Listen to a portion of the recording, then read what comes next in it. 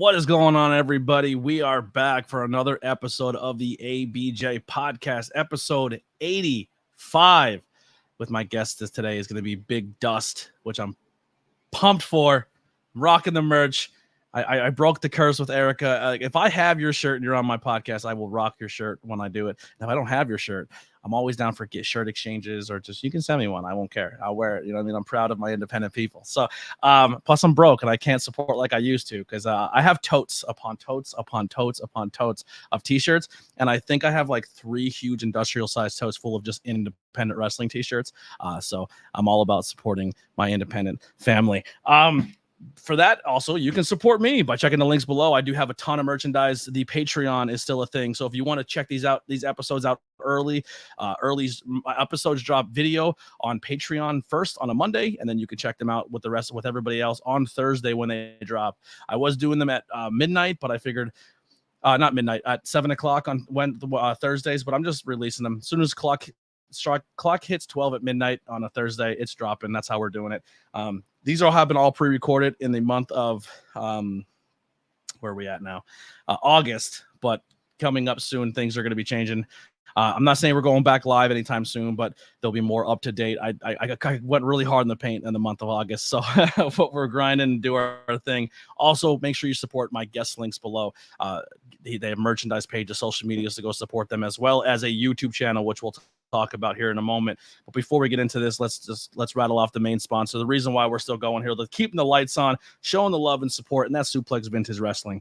Guys, it has finally happened. A whole store fully dedicated to vintage wrestling. They say it can never be done, but I have seen it with my own eyes. Suplex Vintage Wrestling is a store curated by wrestling fans for wrestling fans. Located on 5th Street, soon to be a new location, in Philadelphia, Pennsylvania, just 1 block south of South Street in the heart of Queen Village. Their shop features the largest collection of vintage wrestling apparel under one roof. Their selection includes classic designs featuring your favorite wrestlers from the Golden Age, Attitude Era, Internationals, Indies, and more. And if you're tired of watching premium live events at home, then SVW hosts the best watch party since your friend Kyle's birthday when you were 12.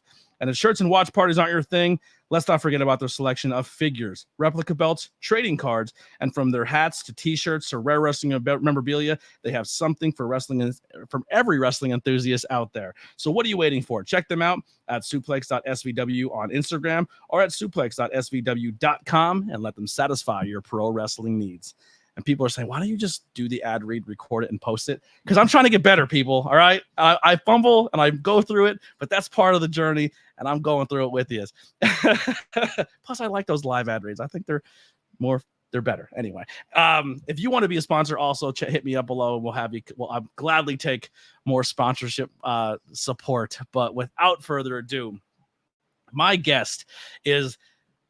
Listen, there's a lot of tiers when it comes to professional wrestling, and you could be the best at a lot. But when it comes, and listen, I've interviewed even some of the best in the area when it comes to the role of managers. But even every manager says, there's in the world of the manager tier, it's Bobby the Brain, and then it's Heyman, and then it's all ranked. But when it comes to the world of the independents, this is the top of the tier. And it is my guest, and it is the best, the member of the Goons, the daddy of the Goons, Big Dust. What's going on, buddy? Ew! What's going on, Anthony? How are you?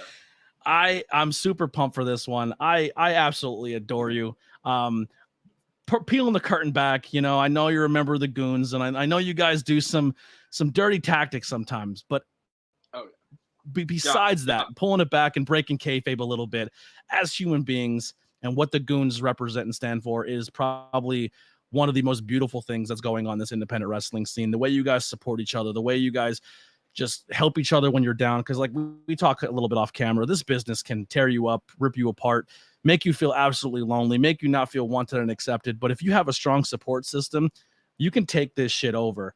And that's essentially what you have been doing with the Goons. You've had storylines that have crossed state lines. You have storylines that have crossed into the world of the PWI. It's what yous are doing when it comes to just supporting your friends, but also helping each other get to the next level mentally and physically, and everything this business can do to harm you. You guys have been just crutches for each other, and it's awesome to see that support system and everything you're all doing. Thank you. I mean, it is what it is. The Goons. We've started as a group of people who trained together, who worked together, who stood by each other, who fought for each other. And we've just kind of grown and grown. We add a couple of people. We add a Saul Esparza. We add an Eel O'Neill. We bring back a Nelson Bauer. We pride ourselves on having a good time and making our art something special. Yes, because at the end of the day, you can go out as a wrestling talent and you can do 450s. You can take unprotected headshots. You can cut your face open. You can do all these crazy things, and that will get you over, and people will love that, and it'll be something that you talk about. But the biggest moments in wrestling history have been those moments, those storylines that you remember, the moment of the show where it may be the funniest thing you've seen or something like that. And 9 times out of 10, if you guys are on a show, you're going to be one of the moments that they're going to remember or take away from that show once it's all said and done. Well, we try and look at, I mean, personally, my mindset when it comes to professional wrestling, especially on the level that I'm at right now, it's like I I don't like me and Killian, that whole package to me, and I think Killian has said this before. I don't know if he said it to you. We are a subversion of the professional wrestling and his manager mindset. Like, I don't even like the word manager. I am a best friend. That's what I am. And I love that. I'm willing to get hit.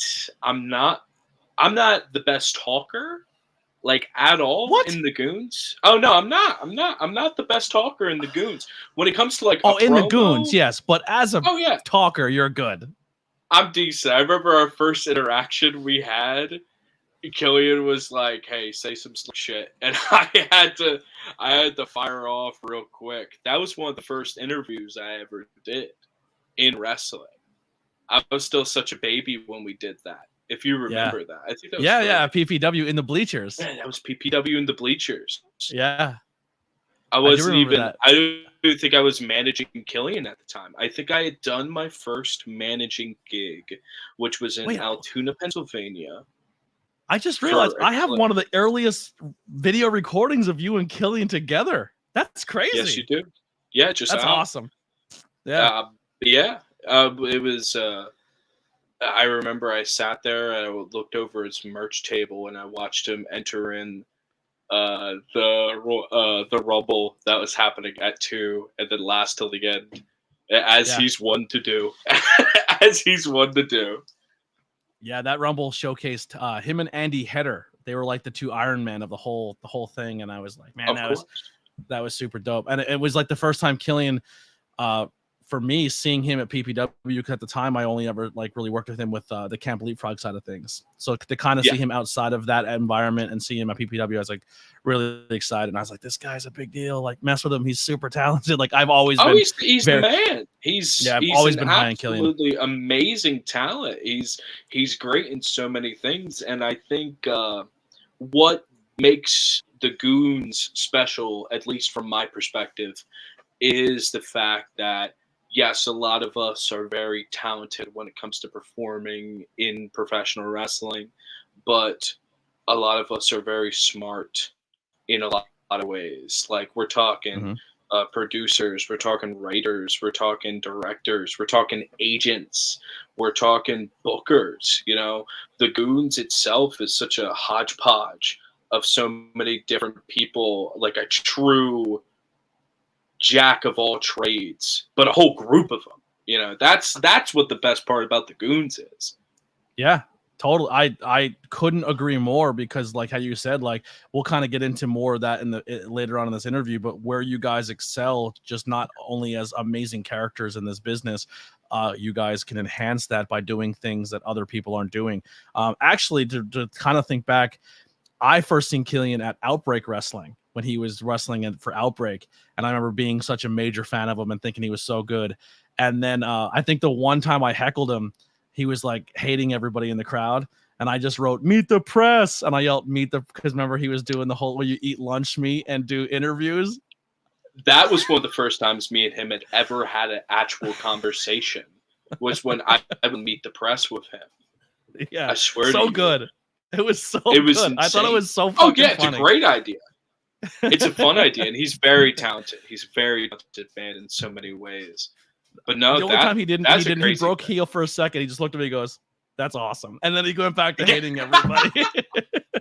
Well, I mean, from my perspective, I love those little breaks that we can do as the bad guys in professional wrestling, because it's like the goons, I think, can be, as I said, that versatility that the group has. We could be good guys, we could be bad guys, and we could be somewhere in between, some little stinkers, you know. And I think it's just the group is so versatile and so dynamic, and there's so many things that we can do, and so many things that we can offer to a company. And I mean, plenty of places have seen that. I mean, a place like I personally got my start. I remember starting out and even meeting you a little bit more so was like Camp Leapfrog for Killian Vision, because we were. Yeah. I'd like to think at least we were changing the game with all the cinematic content that we were putting out, and then I think you helped us produce the Friday segment. Yes, I produced the Friday segment, and I was so proud of how that turned out. It looks awesome. Yeah, it was so good.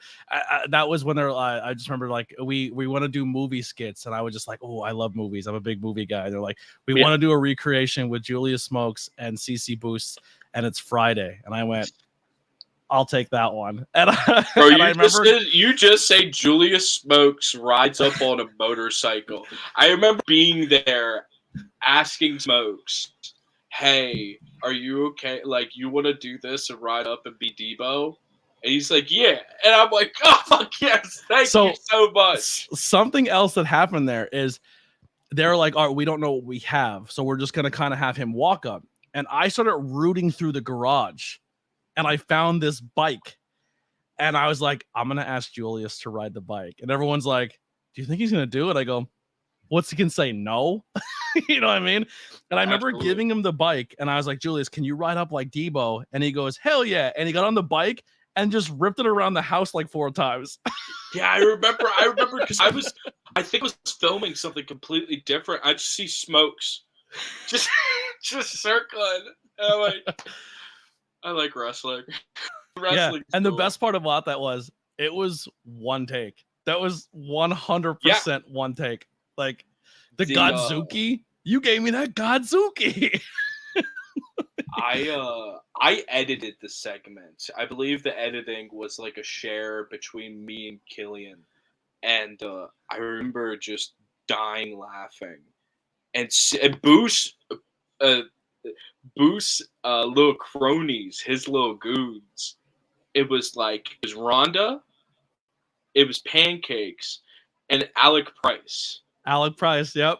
Who now is like he's like the next big thing on the independent wrestling scene. Yeah, and oh my gosh, he did what are you, some type of vagrant? When him and Travis Huckabee in the 60s skit, I filmed that one too. All of you watching, for the love of all that is holy, go watch Killian Vision. For so many ways, it's so good, and it's one of my favorite pieces of wrestling I've ever been a part of.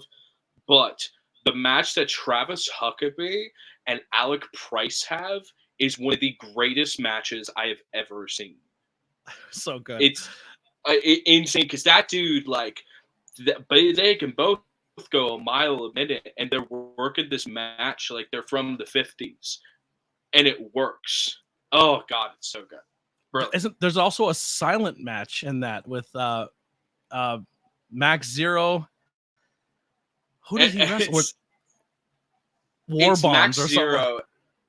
Yeah, it was War Bonds and someone else. Oh my gosh, who was it? Was it Francis? I think it was Francis? France. I believe it was Francis. Yeah, and the whole thing was just shot like a silent film or something. Yes. It was so much fucking fun. That show is great. The Okay. premise of it, essentially, the goons find a remote control that can take them across different dimensions and times, and it starts with a skit and then ends in a wrestling match, and then a skit and a wrestling match, and it culminates to this giant cinematic fucking masterpiece that we talked a little bit in the episode before with Erica, where it's like there's a drone involved. Like you had drone. I mean, I remember watching. Yeah. I'm like, these fuckers put a drone footage in this. We put all the money into it. We put all the money into it. It's really good. It is on High Tension's YouTube page. So if you go to High Tension Wrestling or High Tension Network on YouTube, all of their channels and all their shows are on there. I'm aware they're on there. I put them all on there. And you can watch, there's a Killian Vision playlist, and you can go watch the entire show, or you can go and watch every single match and clip that is separated. So if there's a match you really like, you don't have to sit through the entire show of something. You can pull out matches of people you want to see as well. That took me a long time. The whole show is watch the whole show. Though. Yes. Yeah, genuinely, because I don't know about you. A complete bias. I think that show is beautiful. I think it's fantastic. I love it so much. So I think every time I look back at the Camp Leapfrog thing, like everyone puts so much love and passion into those projects, but man, some of the people, like we're talking about like Alec Prices of the world, and like Warhorse shows up at one episode, or like all these different it's just 911. 911, like all these amazing moments. Edith Real versus Effie at Valentine's Day, crazy. Oh, yeah. Edith and Masha, like there's so many amazing moments, and it for me. I probably wouldn't be where I am now in this business and the things I've learned with just video editing and meeting them, making the connections to the networks, if it wasn't for Camp Leapfrog. Absolutely. I work on it all over the place. It's all over the place. I love it. Yeah, let me get you back on track, baby boy. How do we start podcast? How does it usually go? I don't have a struggle. How I got my start? Is that? Yeah, let's do that. Is? How did you start in this crazy world of professional wrestling? Are you asking me how I got my start in professional wrestling? Or actually, when did you fall in love with professional wrestling? Okay. I like that question more. I fell in love with professional. I mean, like, it's one of those things. My father always watched it. Father was a big fan. My father, when he was a teenager, looked like Hulk Hogan. He had, like, the Fu Manchu type thing. He had the long goatee. No, not the goatee. The long mullet. You know, he rocked a mullet until I was born. And my earliest memory as a boy was sitting there and watching Mr. America. And I know that's very much dating me.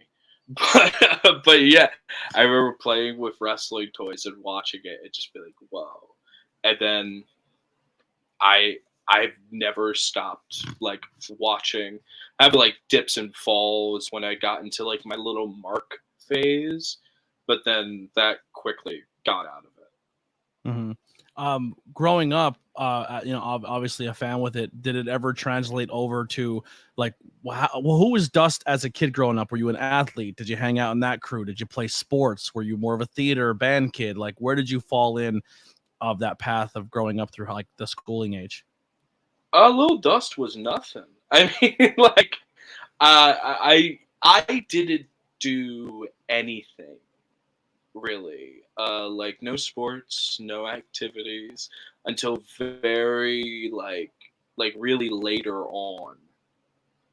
Like probably around the time where I became like a teenager. Then I started to do theater. And I really liked theater. And I started like helping with local community groups around my area. I started doing plays around my area, and then I remember I got me and my best friend, who is now Nelson Bauer, in the Goon, a very good friend of mine, best friend, and he had just started training, and me and him kind of fell in love with each other in school, making wrestling jokes back and forth with each other.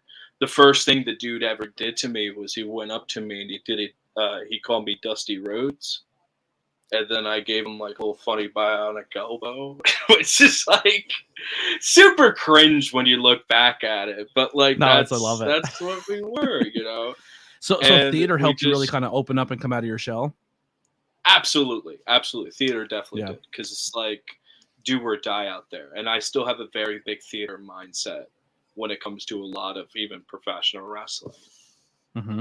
It is really cool. That is, then the reason I asked that is because I always try to get that like that little nugget of what made you pop or come out of that shell. And sometimes if you were the athlete and stuff like that, wrestling and sports go hand in hand. But more I've been learning is there's so many theater kids who have come out that never played a sport their whole life, and then they enter the professional wrestling world because they see wrestling from that aspect. And I think that's which awesome. I will say is bad and you shouldn't do. And we need to stop allowing theater kids in wrestling. I stand by that. I only say that, okay, because you're all soft and you're all babies. And you need to grow up. And you need to do a sport. All right, I didn't do a sport, and that's my fault. Yeah, you need to be like every other wrestler, and you need to fail at sports with a knee injury, and then come into professional wrestling like everybody else. Exactly. Well, speaking of knee injuries, that's kind of what happened with you with training, correct? You entered the world of training, and then actually suffered a pretty bad knee injury. I have torn both of my ACLs. I did both of them in like a training match, one of which was in front of like a fair amount of people at my school. And I was training to like be a wrestler, and because that's what you want to do, you know. You think like, oh, I'm kind of better at this, because I was already managing at the time, and people were like, hey, you're like a pretty decent manager. But I'm like, but everybody's telling me that I could be a wrestler, and if I'm going to be, I could do that. And then I just remember having a conversation, and it's like, hey, you are so much better than just being this. You can also be this. And what that is so much more than wrestling. Like, basically, I had people, the goons. We weren't called the goons at the time. We were called the boys. But I was being told at the time, like, hey, your value is greater than what you're limiting to yourself to, than like just being a wrestler. Mm-hmm. And I kind of took that to heart, and I still wrestle. Obviously, I'm on that list right there behind me, and I'd like to think that like I know what I'm doing. You know, I have fun out there, have a good time, but yeah, I mean, a knee injury will make you think about that. Yeah, because the time away and recuperating and the rehabilitation, it's never fun. It's not fun to get hurt, and it's not fun recovering from it. But a lot of people, like, I couldn't imagine a world where you're like, you know what, I know the managing thing is what everyone's leaning me to, but my heart's really set on this wrestling thing, and if I'm not a wrestler, I'm not anything. And I couldn't imagine a world where a parallel universe where you walk away and you're not in the role you're in, because there's someone on the scene right now who I think is a good wrestler, but when he's a referee, he's a fantastic referee. Like, I think he's really good at reffing. And I actually, like, every time he's in, I feel better of him as a ref. And I'm like, I don't want to say this to be mean to you, but if this wrestling thing doesn't pan out for you, you really know you're a good referee. And he's like, I'm kind of starting to feel that too. Especially with people who are referees, like especially referees. It's like, how many good referees can you name in an area? Odds are it's not a lot, right? And if you could be a good referee, your value and what you have people pay you for your service is much more. Much. And you're going to last a lot longer as a ref than a wrestler. Absolutely. Yeah, absolutely. Protect your body. Well, one of the things too, talking to previous, I'm just going to refer to them as best friends the rest of this interview, or this conversation, being a good best friend ringside. I think definitely going through that training. Everyone's like, I think a lot of people think, well, I don't want to do the bumps. I don't want to go to the school. I don't want to do that stuff. So I'm just going to be a manager or a best friend ringside. And that's, I guess, fine. But I definitely think if you want to stand out, I'm not saying you have to take a bump, but I definitely think you have more of an appreciation of what you're doing is if you do the training and you do what everybody else does. And a great examples of that is we are in the Northeast area. We are just like, there's 5 or 6 people, and I'm probably even shortchanging it with 5 or 6 that are just really good at being ringside best friends. And you're up there. Coach Raff is up there. Mary Elizabeth's up. Coach. Like, and love you, Coach. I love you so much, Coach. Anytime I know that there's a match and it's going to be you on one side and Coach, or you and Mary Beth, like, please don't bring her up. Please don't bring her up. Oh God. You guys almost got married at one point. You know what I mean? No, we'll talk about that later, I suppose.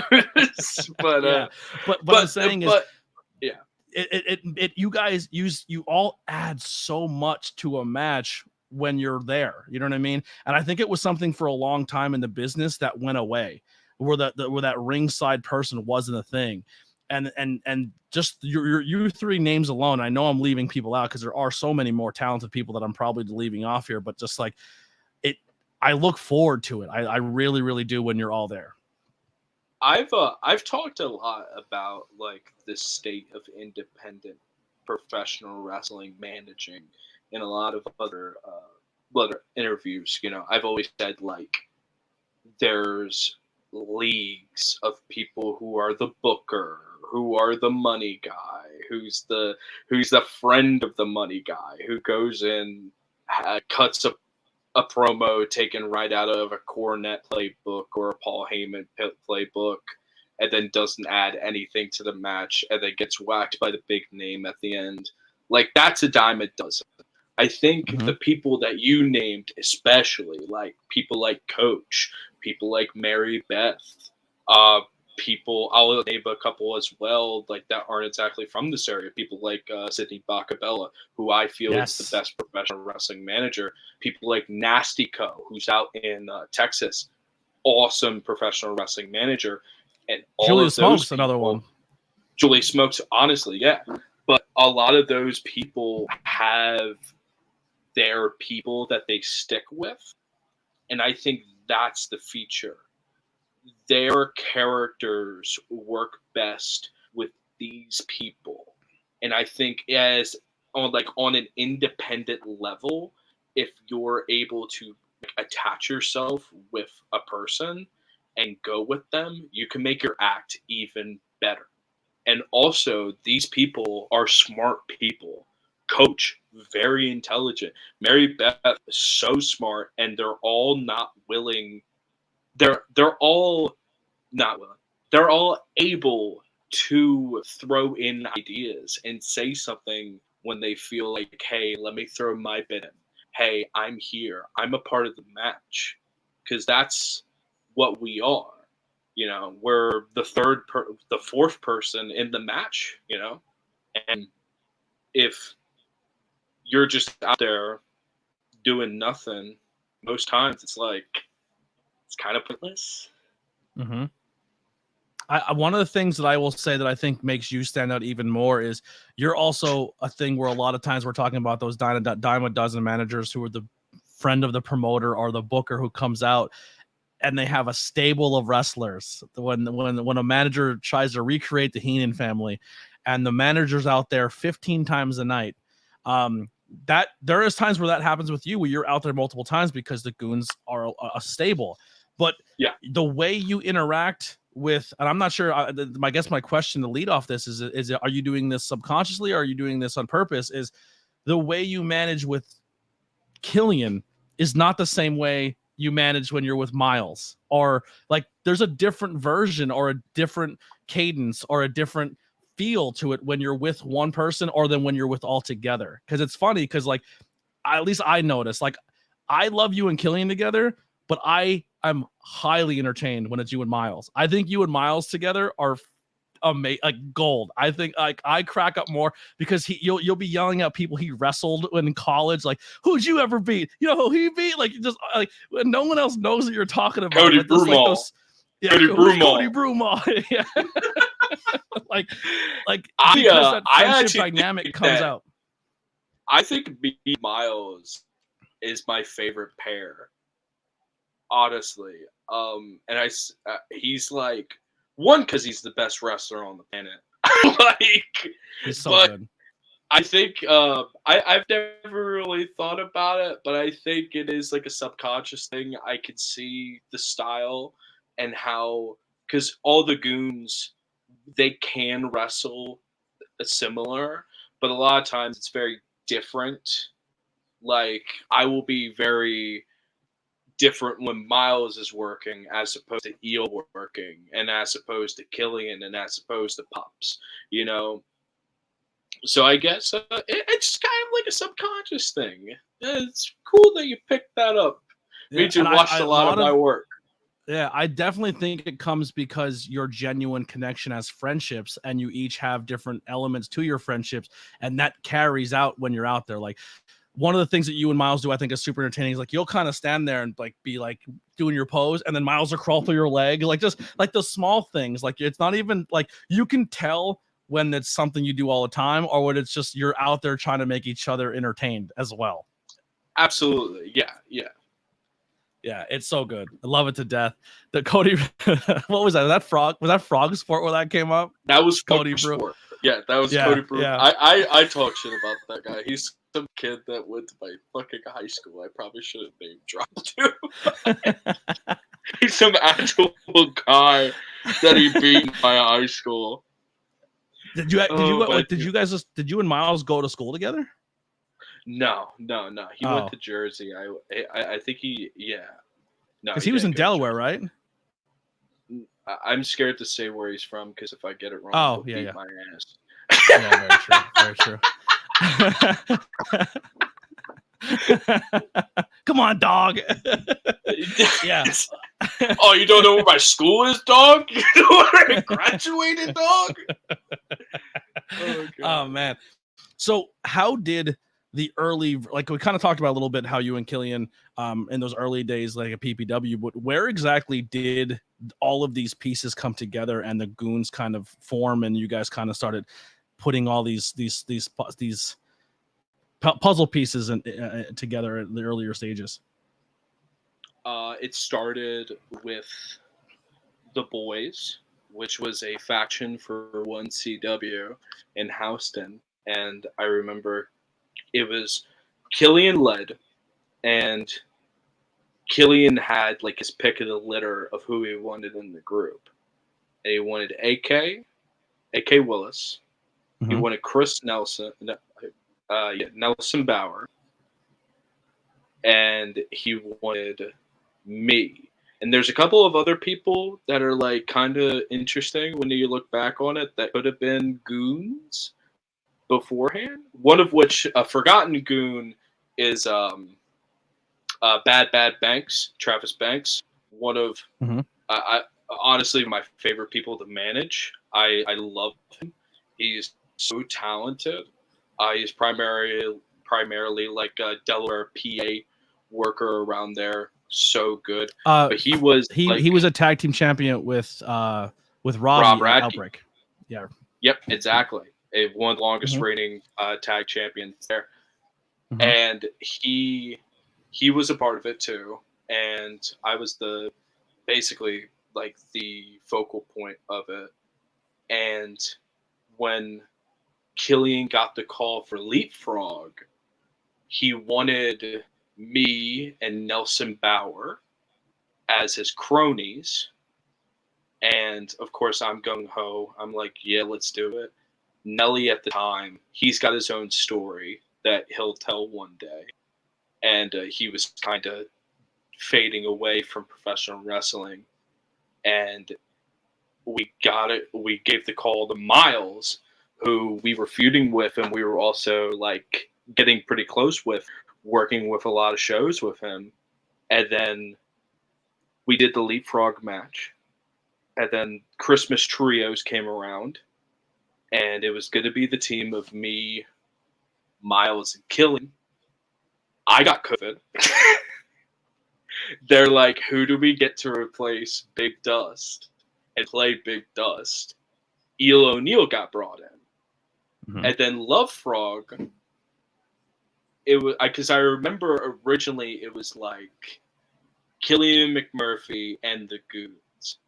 And I remember we all were like, no, it's just the Goons. Mhm. And then Love Frog happened to where I think that's kind of like not the introduction, but the like, this is the Goons. Miles, Killian, Eel, Dust.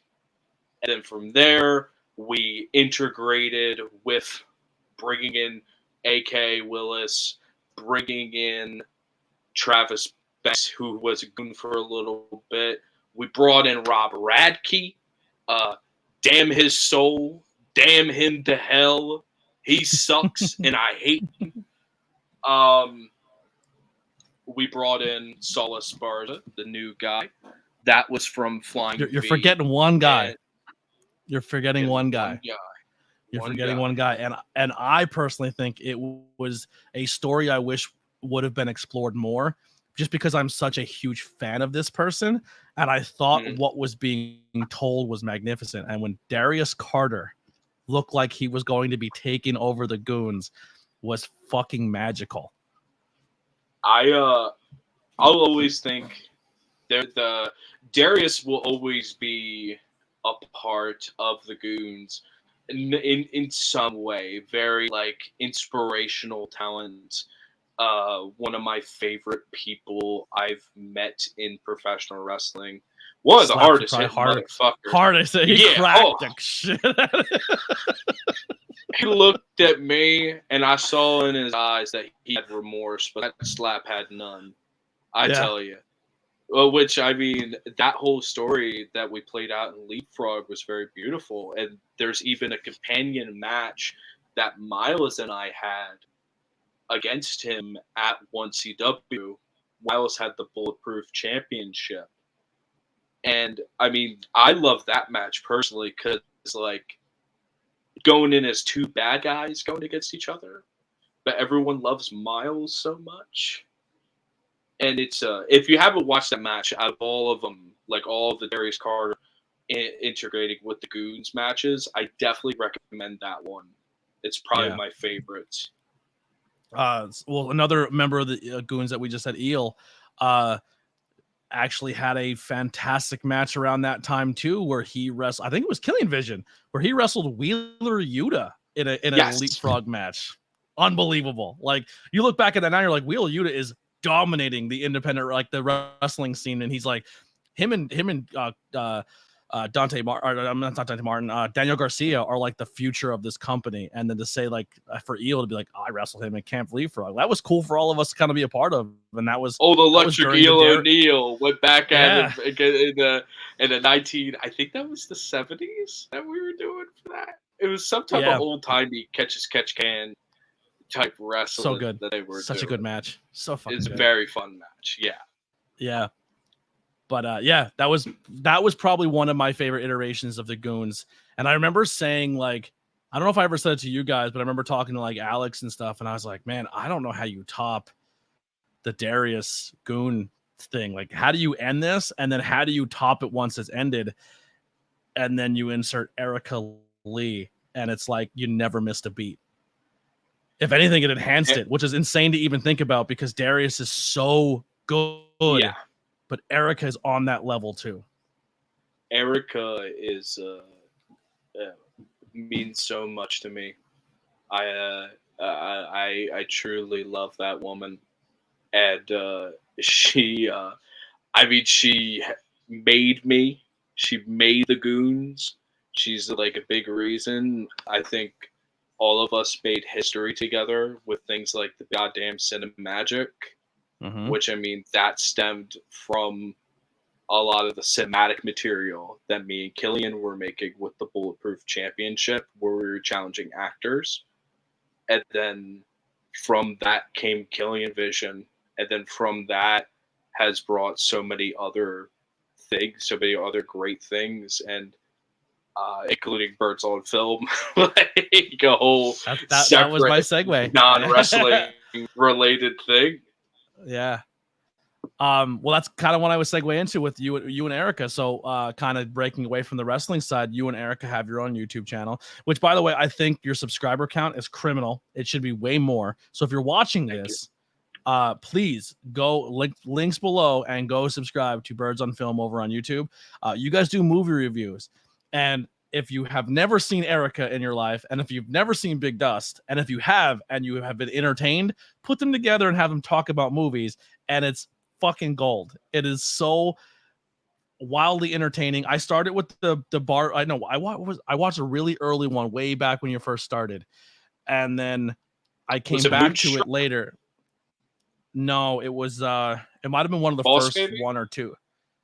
It might have been Boss Baby, yeah. And then I watched the Barbie, and then I've been watching them backwards. I love the Evil Dead 2 one only because I am a giant Evil Dead fan, and Evil Dead 2 is probably my favorite. Like, everyone says Army of Darkness. I like Evil Dead 2 the most. Evil Dead 2 slaps so hard. It's so yes. good. I Erica's talk about commentary. Yeah, her commentary of like, oh, this cool no, and then he just looks and goes groovy. She goes, so dumb. You're like, no, it's badass. I mean, the movie review space on the internet, especially YouTube, is it is a very populated one, to say the least. Yes. There's no shortage of it. So like it's not like I'm breaking new ground when I hit up Erica and was like, let's do this type of content. But I think what makes the show is and Erica's gonna stab me, is Erica. And she brings a completely different reaction because a lot of the space in the film review genre is a lot of guys that look like us, bearded white guys who got an opinion and need to say it out. And Erica brings something different, brings just a bit of just something different with it and what she thinks about film, and her mind is very fun to pick at and very fun to talk about when it comes to this media. And I feel like we're really hitting a stride. We just got done Twisted Metal at the time of this recording, which I think is our best review yet. By the time you'll hear this, listeners, we'll be doing a big October marathon of a movie every single day, and leading up to a big Five Nights at Freddy's film review. So, which will be fun to she kind of revealed something on a previous episode where you guys are going to do a showcase of a actor, and you're going to watch a bunch of one actor's movies. Can I say? Cage. Yeah. She said, yeah. Because I asked the list of movies that are on there, and she goes, I think it's these ones. And I go, man, you left out Con Air, Face Off, Gone in 60 Seconds. Like, I mean, there's so many movies you can pick from him. But by the time that we are like kind of circling around and doing some extra content that whole month that I actually started on today. So you'll get like a mini review of a Nick Cage film leading up to the big Spotlight September episode, which I mean, I'm like in editing bay with it now, just not finished. I think it's gonna be amazing. Do you know that Nicolas Cage almost was Superman? Yes, yeah, not Will Smith, the Kevin Smith film where he was gonna fight a giant spider. Yeah. And then the guy who scrapped it then made Wild Wild West, and then which ends in a giant spider. Bro, awesome. Insane. I love Nicolas Cage so much. I'm knee deep into him right now, getting ready for Spotlight September. I just watched Valley Girl for the first time, which was the first film that he ever did under the Nick Cage pseudonym. Yes. So it was very good. Everybody that I adore has called it like the greatest romantic comedy of all time. And it's like I watch it and it's like, oh, this is from this is this. Like so many things take from that movie. And so I'm gonna throw a question at you. I'm gonna just okay, and I'm just please do. I think you work best at improv, so this is why we're gonna do it. Yeah. So right now we have some movies coming out that are also wrestling movies, right? So we're getting the Von Erichs. Okay. All right. Yeah. I mean, the go-to one that I'll throw out first is if Nick Cage played Nick Gage in a movie, right? Could you imagine Nick Cage playing Nick Gage robbing a bank and stuff like that? I mean, that'd be very interesting. I'd see it. Yeah, Nick Cage stabbing David Arquette in the neck with a well, Nick tube. didn't want to bump. Nick didn't want to bump. That's the issue. Because Nick was going to be in The Wrestler. Yes. Yeah. He was. But he didn't want to. He hated bumping. Yeah. He didn't want to do it. So I had this posted on my Twitter page. And it's, to me, the de facto list of wrestling films. And it's so easy to me. And I've seen them all. What movie do we get and who plays the wrestler? I mean, like, if I'm making a wrestling film based off of a professional wrestler, I would have to do the story of Mr. Ooh La La. I love it already. Played Tommy Vex now. Tommy Vex has a cameo. No, Tommy Vex plays Mr. Ooh La La's father. That's what he does.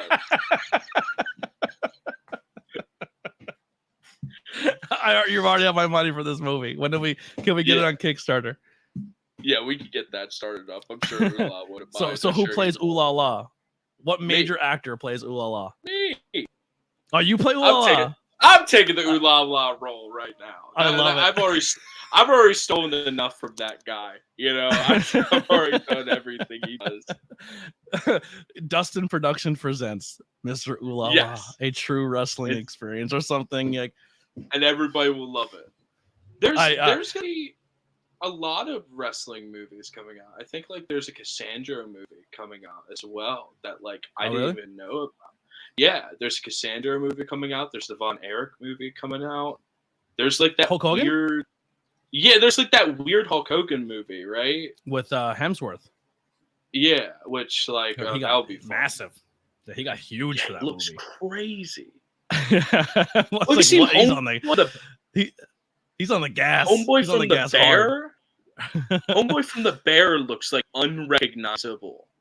Yeah. It's what happened? crazy. Here's a question. I'm not trying to sound mean or unsensitive here. What happened to Zac Efron? There's got to be prosthetics involved because he looks insane. It's not the same human, right? That chin and his like big, he's got a gut like me. Like, that is crazy. I mean, if he just sculpted himself like that, I wonder what type of fucking damage that does to a man. Because, like, there's the Christian Bale story of when he got really fat for American Hustle. And he's like, oh my God, I did so much. Like, I hurt myself doing that. Yeah. So I wonder. Yeah, it's gotta be nuts. So early on, I think before Birds on, I was kind of telling Erica, I said, I don't know if this was early stages of Birds on Film or if this is where it was like a bit and a joke amongst the friends and then it turned into Birds on Film.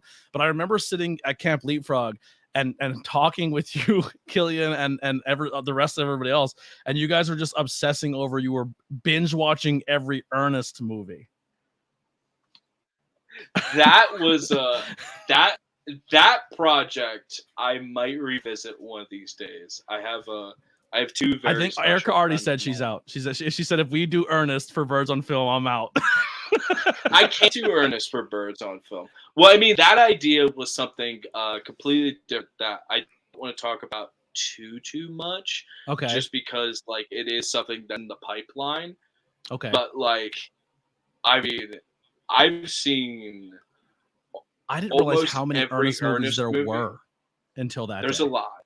There's a A lot of lot. content.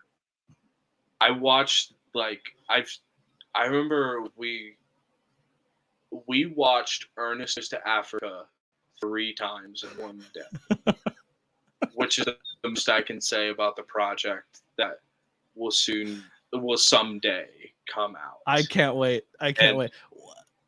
I only know a 2 growing up. I remember I watched Ernest Scared Stupid like 100 times as a kid. Because not only was it funny, but as a young kid who was transitioning into being a horror fan, I just remember the trolls looking really good. Unless I have to revisit it. No, it still looks great. It still looks great. So much of that film is so good. That's the best Ernest movie.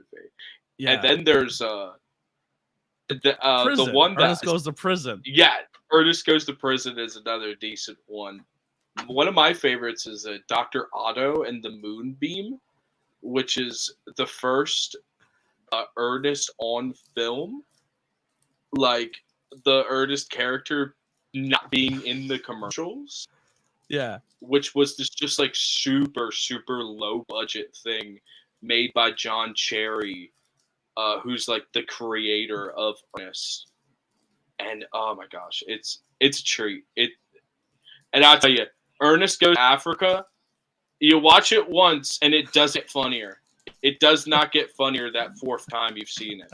It really does. You'd be surprised. It surprised me. I was like, what?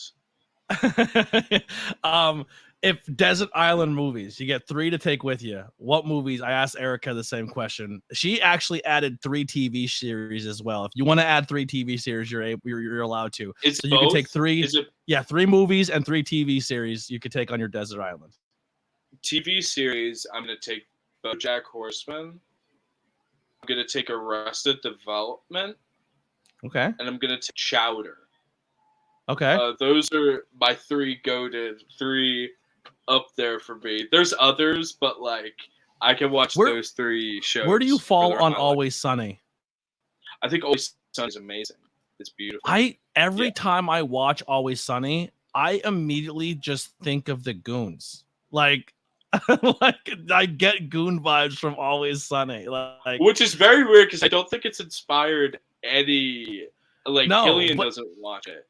But I just think it's so like they're dynamic together. Like they're genuinely funny people. And then when you watch content outside of that, they generally like just I don't know. I feel like true comedy comes from people who truly care about each other enough to be like, that's not funny, fix it. Like, and that's kind of how they are. Like they will like if you ever listen to Always Sunny podcast, they have gotten to do fights over what's going to air and what's not going to air and have votes. Like we have to vote on this. And if it's a 2-1 vote, you're out. Like I can see you guys being the same way, being hypocritical on like, well, we don't think it's funny. You think it's funny. And it makes better comedy and content later.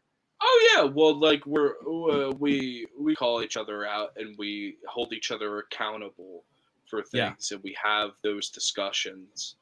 But Always Sunny is like one of those weird things that it's not like very in the Goons repertoire. There's other shows that are like BoJack and but movies, okay? Movies, I have my top 3 right here. I have Toy Story 2. Okay. One of probably my favorite movie of all time. Along with no, not Ernest. But he's in it. Ernest is in Toy Story 2. Yes, he is. Yes. Sorry. Yes, he is. Slinky the dog. I see a trend here. Forrest Gump, another one of my favorite movies of all time. Great a Lost movie. Birds episode that might come back one day. A fact for you. And then Hot Rod, which is one of my favorite comedies of all time. Yeah, Hot Rod. It was a Lonely Island production. Andy Samberg. Oh, okay. Or he's like a stuntman. Yes. Never seen it, but favorite films. I know the poster. Yeah. All right. Well, let's go to the Discord quick. See if we have any questions. I'm sorry. There's a little bit of delay. I'm sorry. I didn't mean to cut you off. Go ahead. Now you good, baby. All right. This whole time I wasn't sharing the screen. They just heard me talking. Oh my My bad, God. everybody. Well, they've been listening. I don't know if they've heard at least me or you, but so I'm going to go to the guest questions quick. First question is, I think because they've seen the name Big Dust, their question is, who's your favorite big man in professional wrestling? Oh my gosh. I'm actually like knee deep in rewatching a bunch of All Japan Pro Wrestling, and I'm watching all the Gaijin stuff, and Okay. because that's what I watched when I first became like a professional wrestling fan. So like my favorite big man is like Terry Gordy and Vader and Stan Hansen, and if I was to pick like a crazy one, like try and pull out like, hey, get a little couple mark points, you know. Um, I'll say my favorite big man might be Ring of Honor era Samoa Joe. Yeah. Excellent, I'm excellent. gonna get to see Samoa Joe in person in less than a week wrestle CM Punk in Wembley Stadium. That's gonna be I sick. still I can't wrap my head around that. I swear to God, I'm telling you right now, Dust, if I get to see Adam Cole walk out of there with the Ring of Honor tag team titles and the World Championship, I'm weeping like a baby. Who knows? Who knows? I love Adam know. Cole. Huh? Yeah. Oh, I just hit the wrong button there. Another question. What are your thoughts on other promotions? So like what's out there now besides, you said All Japan you're watching. I know AEW's out there, Impact Wrestling's out there. What are some of the ones that you're really into now, and maybe some people that are in those promotions that the reason why you watch? I like. I mean, when it comes to all the main uh, professional wrestling that we see on television right now, I mean, watch too much, but like the Bloodline's amazing. Mm-hmm. I think I love that story so much. Truly, like storytelling first, and then everything else second, which is like my personal favorite thing about wrestling. My favorite wrestler, like anytime Gunther is doing his thing, I'm watching and I'm there. Love Cody Rhodes. Always loved him ever since I like first started watching and I saw him. I was like, oh my gosh, he's the man. Anyone on like independent level, I'll give this guy another huge shout out. Nasty Co.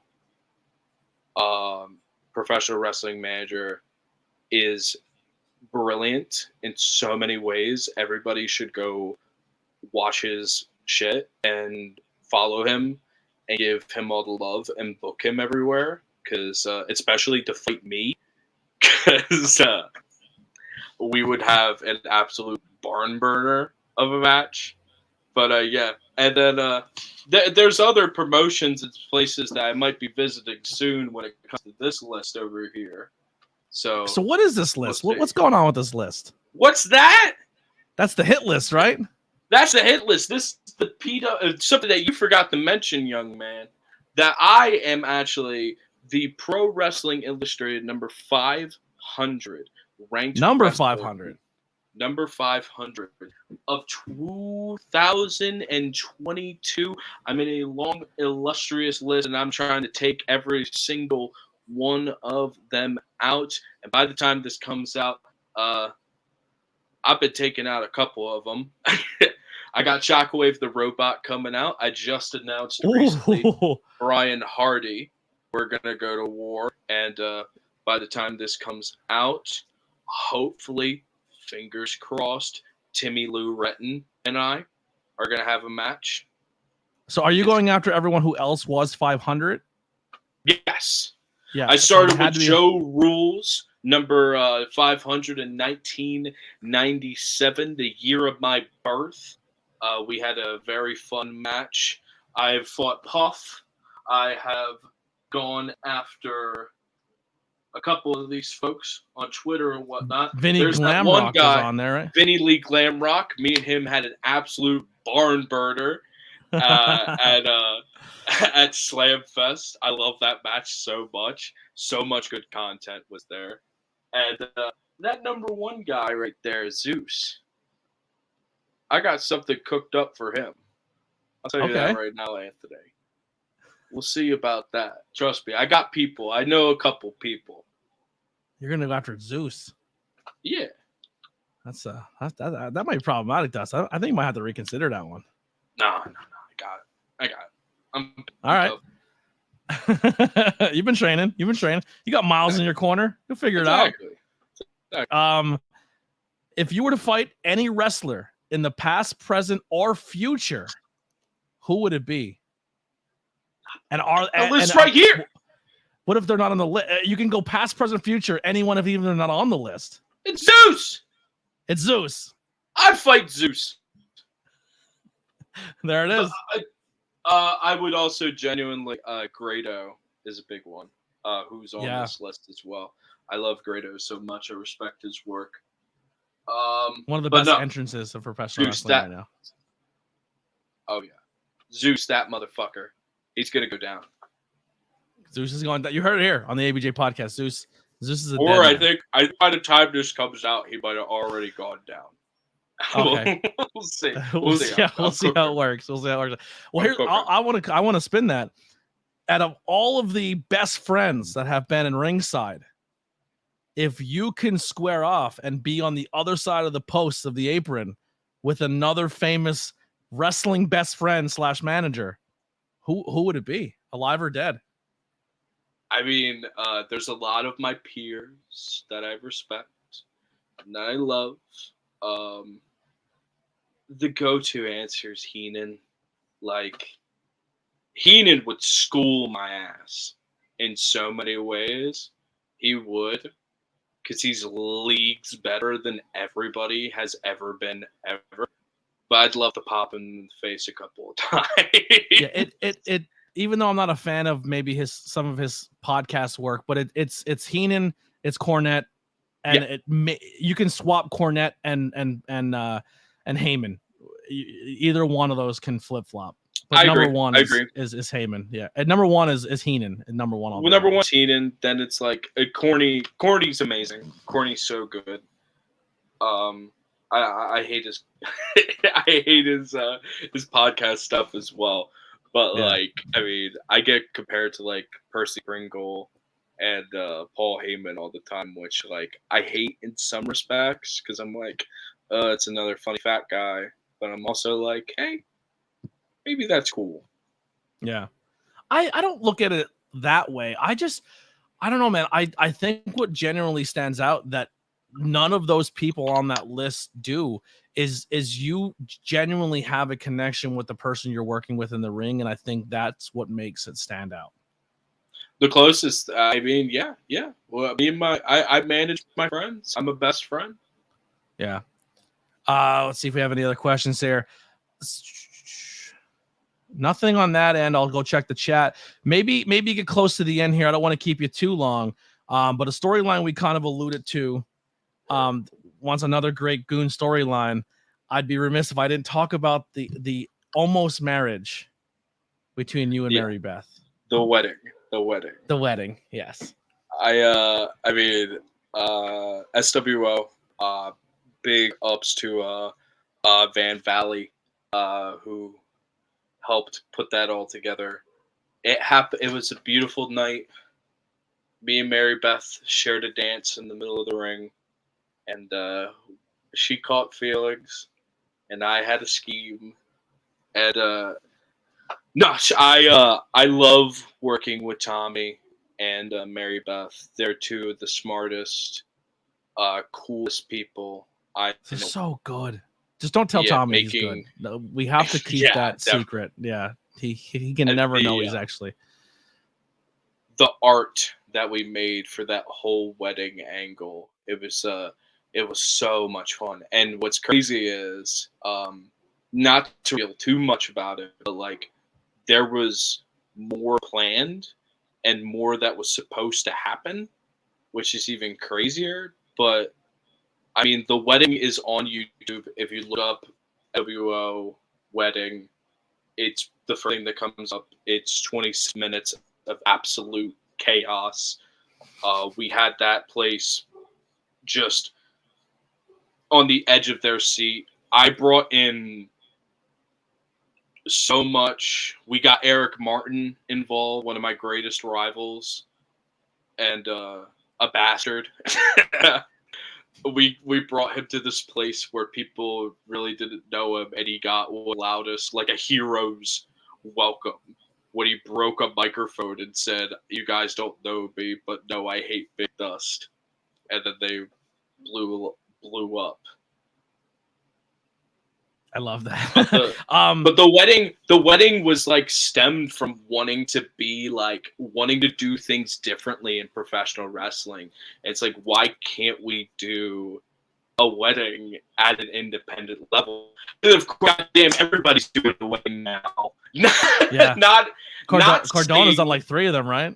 Yeah, Cardona's wedding, like they were doing their vows again, him and his wife at GCW, and I remember when they announced it, the wedding was happening, and I was like, oh, why?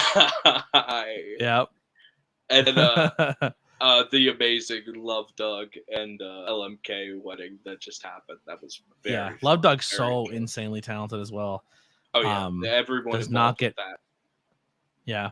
Oh, who did Erica was saying? Because like that, she like Love Doug's on the list. Little Mean Kathleen, really putting a lot of work in when it comes to the cinematics and stuff. Besides what she just puts out in the wrestling ring. So like, honestly, man, like a lot of people just do the promo in their car, which is fine. Like if that's the only way you can get it done, get it done. But like, I truly feel that like a lot of like what you guys did the past 3 or 4 years has led more people to get more creative when it comes to what they put out for a promo leading up. I know a name that's out there right now. He's been brought up a lot on the podcast. Ricky Price tries to get creative every time he does something. He's making music videos and all that crazy stuff. Like, but like that's not only just going to help the promotion, but it raises your stock as a talent.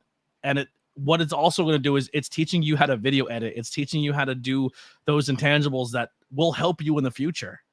It's teaching you so many other skills that if you are even remotely good at, that you can use and become that much more valuable as an asset and as a performer, you know? And I mean, I don't think, I think if you're cutting a car promo in the year 2023, you're doing something wrong. You need to get with it. Unless you're cutting a car promo to be funny and you're cutting a car promo. Unless there's like a spin to it. But like, if you're doing it like that, the only person that could do it like that, if you ask me, is Mr. Ooh La La. Because that dude just be blaring music, and that's based, and that's cool. But nobody else could do it. I'm saying that right now. Everybody else put the work in. You have a video editor free on your phone, a laptop, a computer. There's so many ways to do it. Learn it. It's so easy. Just do it. Just put the effort in. So a quick one here is, besides professional wrestling and movie reviews and doing the movie thing, which by the way, I think how you were saying before, Birds on Film getting better as we go, is like, I love how you guys are now wearing outfits to match what you're like the overalls and then the Barbie stuff. Keep doing that. It definitely, as a watcher, it's fun to watch. But what else are you into that is beyond all the movies and stuff like that? Gaming? Are you into comic books? What are some things you're into? I mean, all that stuff. I'm a big gamer. Hand on God, I'm sorry. I'm a big gamer. I'm playing through. I'm in the midst of a playthrough of Baldur's Gate 3, which I heard is it's fantastic. Oh my gosh, it's beautiful. It's an amazing video game. My most anticipated game came out. They updated it, and now it's unplayable, and I won't turn it back on. Diablo 3, Diablo 4. Oh, bless your heart. I was done after 2. I couldn't touch anything else after 2. I didn't even touch 3. I love 4 was so good, and then they updated it and ruined every character, and then they tried to fix it, and it was already done. That's what I heard. The patch that they put out was so bad. Like, they were trying to balance it, and it just didn't, right? Yep. Yeah, it ruined it. But Baldur's Gate is an amazing game. So much fun. I love comic books. I have right now I'm reading through the post New 52 Superman stuff, where Okay. Superman and Lois, and I love Superman so much. It's my favorite superhero, which Was not a new was it popular opinion, but I'm trying to think. Was it New 52 or was it Rebirth when there was like three Rebirth. Supermans? Yeah. Well, When the so Doomsday Superman, technically, yeah, yeah, they were all on the same planet at one point in time, right? Or there was technically, like the Rebirth Superman was around during New 52 because of the whole Doctor Manhattan stuff, like the Doomsday yeah. Clock, like a Homeboy starting the New 52 and then redoing it for Rebirth. And I Yeah. haven't read anything else from Rebirth. I'm going to reread Mr. Miracle by the end of the year, is something that I want to do. And because I love that book so much. And I wait for the big ones. What are they called? When it's like compendiums. all yes, I do compendiums because I can't have all the little. I don't have space. I go Okay. online and I do the digital compendium and then I read them all and then I'm good. It's not like a little recommendation, not like a crazy one because it's like popular. Mhm. Fables. If you've never read Fables, please get Okay, to it. Fables is brilliant. I'll look that one up. If you remember The Wolf Among Us, it's the Yeah, yeah. thing that inspired that. Okay, It's I'm writing it it's down right so now. good. Fables. It's also finished, so like So there's a lot to get through, but there's an end point, you know. the last one I read Oh, and then was The Last Ronin. Was Ninja Turtles Last Ronin. It was so good. I have the So book. good. I haven't read it. I know the twist, at least the main twist. Yeah, yeah. You find that But out like right away. exactly, I'm gonna read it. Yeah. Uh, oh, that fucking piece of shit Rob put me onto it, so I gotta. So good. It's just laying around getting dust on it, so I gotta read it one of these days. Yeah, definitely, But definitely do so. I'm also reading Chainsaw Man, which is something I'm not happy to say because it's a nasty little manga. But that's my shit. I love Chainsaw Yeah. Man so much. Peak I fiction. only know about that because at the sanctuary there's a 3D printed Chainsaw Man helmet or whatever the chainsaw Yeah, it's pig thing. little. Yeah, Yeah. Oh yeah. yeah. That's they have like I a recommend it. giant. Yeah, it's huge. It's massive. Fuck yeah. And then But I'm sorry. Go ahead. besides that, I do. There's theater. That's about it though. Yeah. Are you still? I seen that you and Killian are still kind of doing some theater stuff on the side. At the Kent County Theater Guild, which is a beautiful place the goons have kind of taken over and called home. I love that. There's we have some potential things that we want to do in the future with it, and I would like to do more theater shows, I would especially. But when you guys have a show, post that. I would love to come attend and see you guys on stage. I think that'd be really to see you absolutely, on a completely different style stage, but bringing those personalities and characters to life would be yeah, playing a and different we character would be really fun to see. absolutely, and I love that, and I miss it so much, Anthony. I miss it so much. Ugh, and but no, we do like it's called pop. It's basically like improv, where people write scripts and then people act out the scripts, but they only have like a minute to like be told what their character is. Mm-hmm. So a lot of fun, a lot of fun. It's a lot Yeah. of old people. It's a lot of alcohol getting thrown around. It's an absolute blast. How much is that helping you? Which is even crazier to think about being more on your feet than like doing that now and then doing wrestling stuff. More people should do. Not because like I'm not saying take up an improv class and become silly and stuff like that, but it's just like go out there and try new things and try a different craft in the entertainment world. Because 9 times out of 10, if you're wanting to step up and do something different in wrestling, people will see that. Mm-hmm.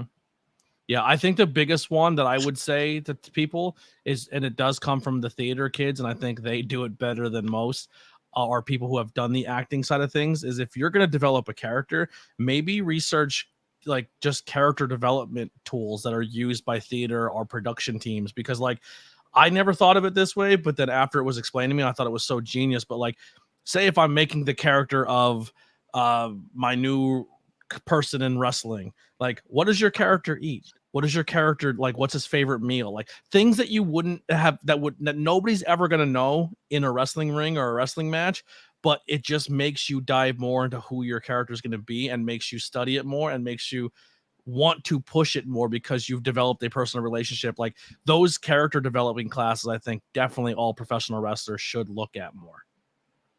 Absolutely, absolutely. Yeah. Big Dust, where can people find you on social media, and how can we, and I have one last thing to wrap it up, which is our sponsored question after you get your plugs out there. You can find me on Twitter. I refuse to call it X, and on Twitter at big_dust_, as well as Instagram on big__dust. Dustin Wilson. Find all my socials, like my stuff. YouTube channel. Birds on Film. Birds on Film. Birds on Film. Please, for the love of all that is holy, if you enjoy highly produced, highly edited video content that talks about film and has the air of two people chucking the shit, please go subscribe. Please like our videos. We've got so much content coming out. Also, be prepared for stuff about this guy in the future. PWI 500 being 500. Yeah.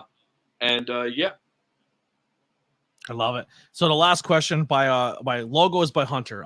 Going through these tough times recently, anything helps to support anybody chasing the dream, especially when you're putting the miles on your car and taking time away from friends and family.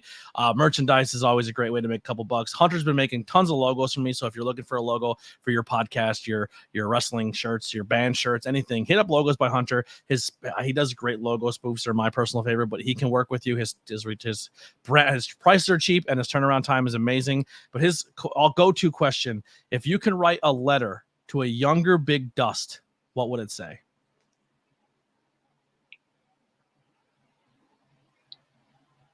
Keep your head up. That's all I'd say. Keep your head up. Dust, I want to thank you again for doing this. Like I said, man, you are very humble, but you are at the top of your game. And I can't imagine how much higher you can get, but I know what your determination and your willpower and what you're bringing to the table. It's only going to keep getting better because you are so creative and have such a good mind. Send all my love to the Goons. Tell them we love them. And I want to challenge my listeners. If you're watching this live in the Discord now, or if you're watching this when this episode drops, head over to Birds on Film, subscribe, and just comment, "I'm here from the ABJ podcast." Because comments in the section help the algorithm as well. So go hit the thumbs up, hit subscribe, and put some comments in there. Say you're here from the ABJ podcast, and then actually watch it, and then comment what you thought of that episode. Let's get some more engagement over there. I want my people to support people that I have on here. So let's do that. Go support Birds on Film. Go subscribe and get them out there. Share it out there. I'm telling you, you're going to have a blast. It's really, really, really funny. And they're not too woke, right? That's a little part. Like, what was it? Was Mario woke? I'm only saying that because the joke was like, was Mario woke? Because every movie's woke. Yeah. Exactly. What was the thing they said? Go woke, go broke, and then Barbie. Go woke, go broke. Everything's woke now. God. Yeah. The liberals, and Barbie just broke almost $1 billion already. Like. Yeah, exactly. Yeah, they're not going broke anytime soon. Yeah. Are you guys doing Ninja Turtles? I want to see it so bad. I that's the only thing that's depressing me, that not having a car, is I want to see this new Turtles movie. I'm a turtle kid all day long. There's plans. There's plans. Good. Now, are you guys trying to do them when they're in theaters, or are there ones that you wait for they hit streaming services, so you're maybe hit it the second time around when it gets popular again? It depends. New releases with the strike going on, it's a little odd kind of navigating what to do and what not to do, and what Yeah, yeah, yeah. productions are kind of good to go for, because I do kind of like to follow their instructions. But Hmm. basically, we kind of just watch a film, and if it's like, oh, can we do a birds on this? We can do a birds on that, and that's kind Hmm. of how we find a movie to review. Yeah. Well, listen, man, I appreciate you. Thank you so much once again for doing this. Please go to the links, support my guests any way you possibly can, but definitely do the like and the comments and the subscribes over on Birds on Film. I'm going to be honest, as of right now, the day of this recording, I have a list full of people I have to start hitting up when I get back from London. So we've been in contact. It's coming. Well, you won't know this because it's not going to air till October. But I have so many more guests lined up and so many cool names. I can't wait for them. If you know anyone that wants to be on the ABJ podcast, or you yourself want to be on the ABJ podcast, send me a DM. I'd love to have you on. It's not just for the professional wrestling side of things. I am trying to mix it up with musicians and artists and any topic. If you have a story to tell, or if you're into your craft or your business, I want to hear about it. And let's have some fun, and let's support these people who need it the most in these times. And we'll see you next time on the ABJ podcast. Here's some music by the Converse kid, Billy Trey, and we're out of here. Oh.